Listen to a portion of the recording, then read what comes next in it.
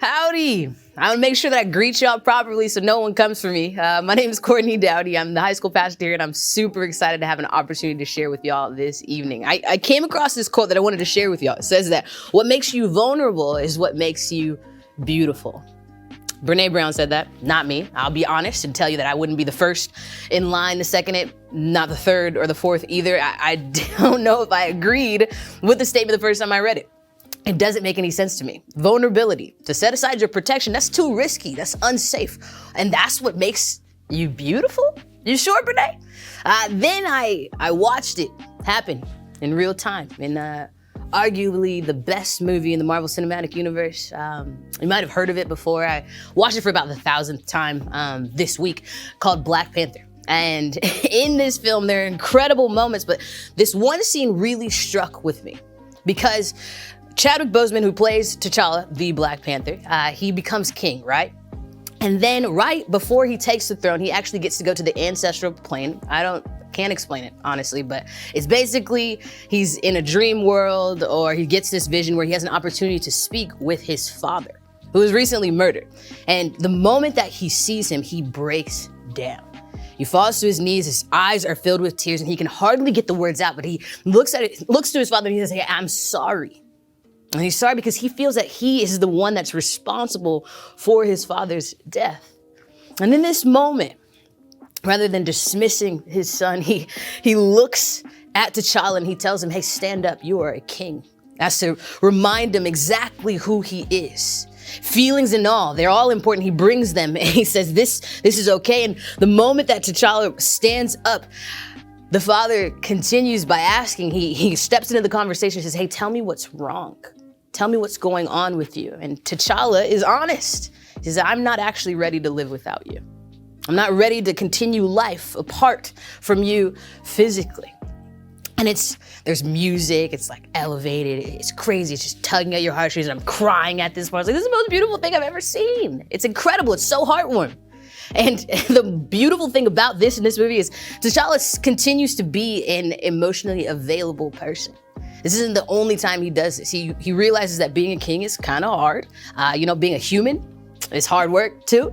And instead of trying to navigate this life alone, he invites his family and his friends, whether they're younger than him, the same age, older. He says, "Hey, I want you to know where I'm really at. I want you to know what I'm feeling. And I want to invite your sound, wisdom, and your reason into this so I can navigate this well." And it is so beautiful. And I think it's beautiful because we see this on the opposite end of another character in the film. His name's Eric Killmonger, played by the incomparable Michael B. Jordan. Just a great talent, truly. But the problem with this character is he chooses to reject vulnerability at all costs. Instead of leaning into his trauma, he waits until it's too late. In fact, he only talks about his story, he only talks about his feelings as an explanation for why he's wilding out. He says, "Hey, I'm about to take over the world, and this is why. And there's nothing you can do about it." And because of this very beautiful man has not so beautiful ending. Like, I wonder what could have happened for him if he recognized that there was beauty in vulnerability. So I wonder for you, as you even think about that word, what is vulnerability to you? What does it mean for you? For me, vulnerability was this mark of weakness, and I wanted to avoid it at all costs. Like, to be open, to be honest, to let your guard down and let others in. I really am only bringing these things up because it seems like it's a natural part of our lives that we don't necessarily know what to do with.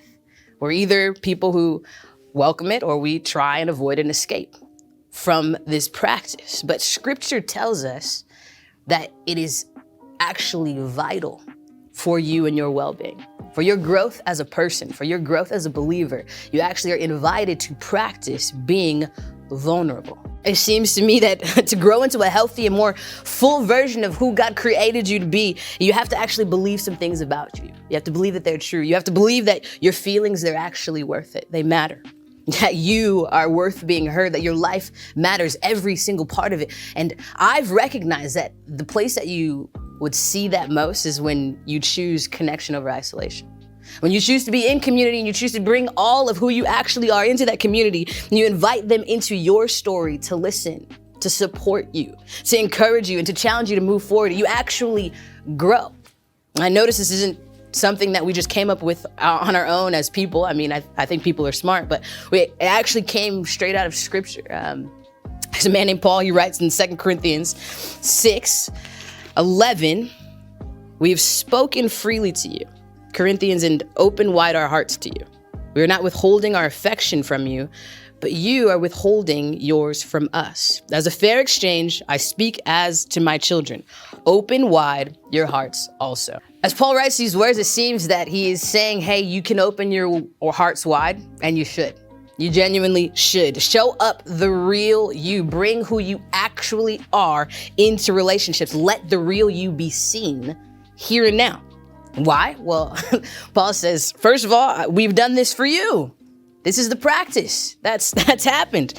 Before he even gives the instruction that says, hey, open wide your hearts, be vulnerable, practice this. He actually takes them on a journey and says, I'm going to remind you and I'm going to remind myself of how I've done this and I've modeled it for you. He shares all of this and he's comfortable giving them a glimpse of the hardships that he's actually been experiencing, the things that he's been feeling. Because I know that if you walked around the church in the church world, you're like, hey, you heard of Paul? You're like, what, Paul? We have Romans, Galatians, Ephesians, nothing but the hits. We know this guy. We love this guy. But when this was written, it's not necessarily the case. In the verses that come right before the ones that I read, we find out that Paul says, hey, I've been beaten. I've been thrown into prison. I've been hungry. Nobody's checking in to see if I ate. I've got so many people who have opinions. There's good reports, bad reports. There's a lot of pressure that he seems to be finding himself under. And it's not a very lucrative career either. My man was poor. He's down bad. He's been going through it for real. And he shares all these things openly with this community. He says, hey, this is where I'm really at. This is what I'm really experiencing. I want you to know because I think that it will actually do something incredible for our relationship, for this community. If I model to you what it looks like for me to show up exactly as I am, and I'm inviting you to meet me where I am. I think that's important. Being this vulnerable, being this honest.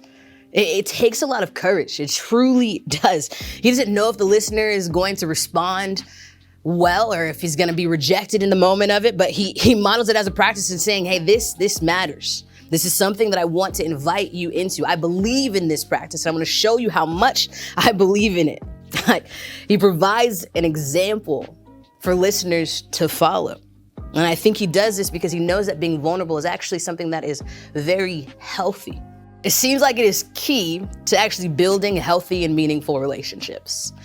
There's nothing worse than being in a relationship with someone and you register that every time they show up to the relationship, they're being a fake version of themselves. You don't actually know who they are.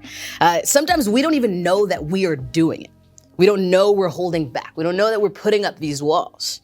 And think about this. Every time that you hold back the true version of you, you're actually allowing a block to form in a relationship that doesn't serve you well, doesn't serve your community well. In fact, it does the exact opposite. And there are many reasons as to why we actually do that. And I think it's important for us to identify some of these reasons so that we could respond to them and address them in a meaningful way. Maybe one of the reasons that you isolate and you push back is because you have a fear of being rejected. You think that, hey, I'm not actually good enough to be in relationships, and so I'm gonna reject others before I myself can be rejected. We feel like it's safer to be alone, but safer does not mean better.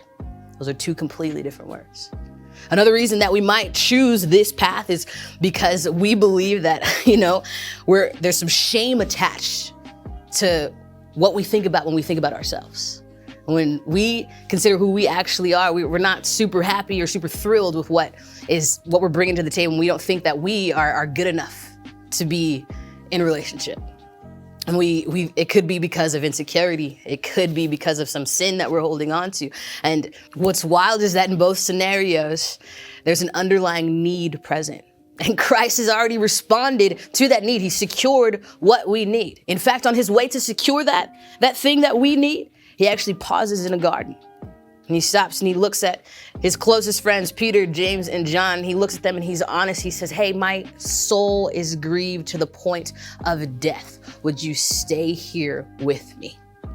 Stay here with me. He pauses and invites his closest followers in, letting them know the pain and the anguish that he was presently experiencing, because he knew that he would be better for it, that them watching would be better for it. And then eventually he invites God into that story because he prays about his pain, what he's experiencing. He's vulnerable and honest, and he does this for so many reasons. But one of the reasons, I think, is that when we read this, we have an opportunity to look back and register that this is what it's like to be in community, to bring our full selves forward, recognizing that there is freedom to be experienced. You see, life absolutely is a journey. To be this honest, to be this direct and open about what you're experiencing and who you actually are.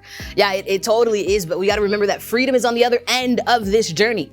There's freedom to feel like you don't have to perform anymore. There's freedom to actually believe that what God says about you is actually true. There's freedom that Christ has secured. And we're given an opportunity every single day to choose that freedom.